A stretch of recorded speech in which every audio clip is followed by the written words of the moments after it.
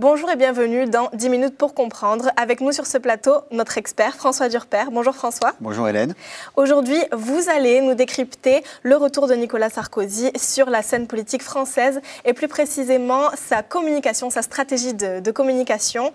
Il est vrai que depuis sa défaite face à François Hollande en 2012, il avait déclaré vouloir se retirer de la vie politique. Il l'avait déclaré sur RMC dans l'émission de Jean-Jacques Bourdin. Regardons quelques images.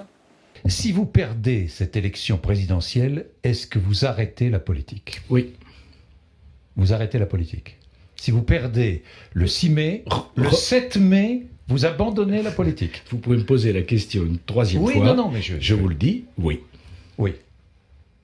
Mais oui. Je ferai autre chose. Dans une jolie ville. Quoi? Je ne sais pas. François Durper, est-ce que vous pensez qu'au moment de cette annonce, il pensait vraiment pouvoir tenir son engagement? Je pense qu'au moment où il fait cette annonce, il est vraiment dans le présent de la campagne électorale. Et donc, il essaie de mettre une pression sur ses électeurs. C'est une sorte de mini-chantage. Si vous me voulez, il faut me garder, parce qu'autrement, vous ne me verrez plus jamais. Et il ne pense pas qu'il va perdre, évidemment, parce qu'il est en train d'essayer de gagner. Donc, je pense qu'il est sincère. Et puis, évidemment, c'est des images qui, aujourd'hui, lui font un petit peu mal, sauf qu'on est dans une ère du zapping, donc à part nous, c'est presque oublié. Alors, le 19 septembre, il a annoncé vouloir être candidat à la présidence de l'UMP. Il l'a fait sur Facebook. Est-ce que ce n'est pas surprenant de faire une annonce comme ça? Oui, on le voit là sur ces images. C'est la page Facebook de Nicolas Sarkozy. La politique et Facebook, ça faisait deux avant. Mais il y a une campagne qui a tout changé, c'est la campagne d'Obama en 2008. C'était la première campagne 2.0. Puis ensuite, l'annonce de sa réélection sur Twitter. Alors Sarkozy, il essaie de faire pareil. Alors, il y a trois avantages. La première, c'est qu'il a beaucoup de likes sur sa page publique. Il a 1 million de gens qui l'aiment sur sa page publique. C'est beaucoup. Pour vous donner un exemple, c'est 2 fois plus que le président de la République, que Hollande, en exercice. La deuxième raison, c'est que c'est interactif. C'est-à-dire qu'il sait que quand il annonce ça, qu'il va revenir, il va avoir plein de messages de soutien. C'est presque une démocratie directe. Il peut mesurer sa popularité sur le net. Puis il y a une troisième raison, c'est que ça fait jeune, ça fait moderne. Et c'est quoi la principale critique qu'on peut faire à Sarkozy? C'est que c'était l'ancien président. Là, il n'est plus l'ancien, il est le nouveau, celui qui va annoncer le premier sur le net, celui qui est le plus moderne, évidemment. Le lendemain, il a fait la même annonce, mais dans le journal du dimanche. Là, on est sur une approche beaucoup plus classique. Oui, et ça veut dire qu'en fait, il essaye de capter toutes les communautés, génération par génération. Le vendredi, il est sur les jeunes, et puis le lendemain, il est dans le JDD. C'est très lu, mais c'est lu par les plus de 30 ans, les plus de 40 ans. Donc, il va essayer de capter tous les électorats, les plus jeunes, les moins jeunes. Alors, si on regarde la troisième étape, le 21, il a fait une interview de 40 minutes sur France 2. Là, quel était l'objectif? Alors là, du coup, vous voyez, d'abord le net, ensuite le journal, et puis là, c'est tous les Français. C'est France 2, c'est un dimanche, c'est à 20h. Donc il a tout le monde. Alors il y a eu des polémiques, évidemment. 40 minutes, c'est votre redevance, c'est ma redevance, c'est le service public qui donne à l'ancien président, mais que l'ancien, 40 minutes pour dire quoi? Pas je vais être candidat à l'élection présidentielle, mais je vais être candidat à la candidature de l'UMP. Donc il y a eu des polémiques. En même temps, la question, c'est que France 2, il trouve son intérêt. Pourquoi? Eh bien parce qu'il y a des millions de Français, 8 millions de Français qui ont regardé France 2. Et donc là, TF1 est terrassé ce dimanche soir. C'était évidemment une guerre d'audimat. Et pour Sarkozy, c'est tout bénef d'avoir un maximum de gens devant sa télé. Une question d'audience.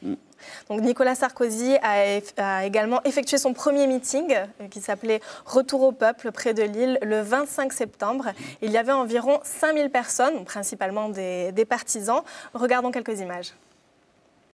La présidence dite normale, on imagine ce que cela aurait été si elle ne l'avait pas été. Le comportement exemplaire des ministres, le président qui ne se mêlera pas de tout, la vie privée qui ne devra pas interférer avec la vie publique.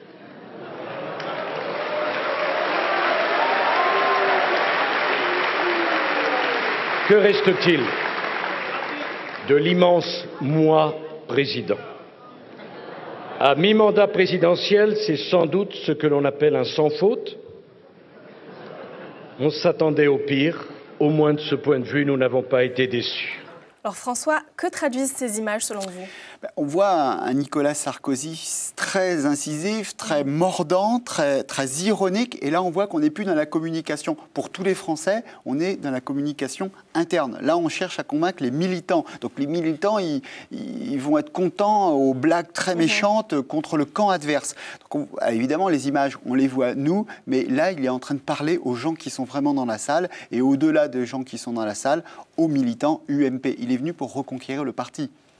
Et si on parle du fond, est-ce qu'il était venu également pour annoncer des idées de fond, un début de programme peut-être?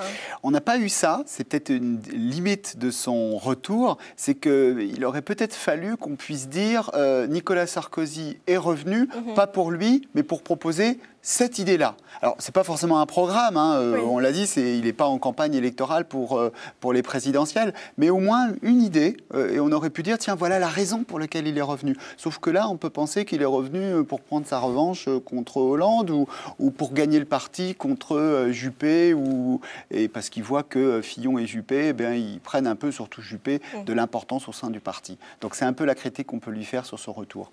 Vous avez l'impression qu'il a changé ?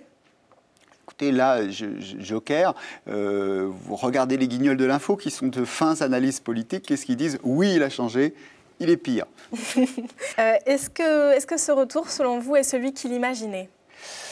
Je pense qu'il pense, sans doute, dans la tête de Nicolas Sarkozy, ça allait être plus facile. On voit bien qu'il y a un obstacle, et là, c'est la couverture du point que vous voyez, là.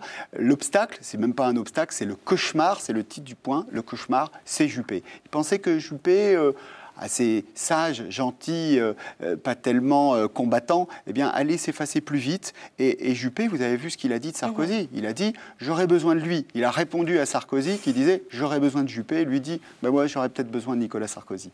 Alors, pour conclure, est-ce que vous pensez que ce retour est réussi ? Verre à moitié plein, les militants UMP disent « on est très content du retour ». Verre à moitié vide, les Français sont 3/4 à dire « le retour est plutôt raté ». Merci beaucoup François pour toutes ces informations. Chers téléspectateurs, merci beaucoup de nous avoir suivis. N'hésitez pas à réagir sur le contenu de cette émission avec le hashtag 10MPC. Très bonne semaine à tous, restez à l'écoute de BDM TV et gardez les yeux bien ouverts.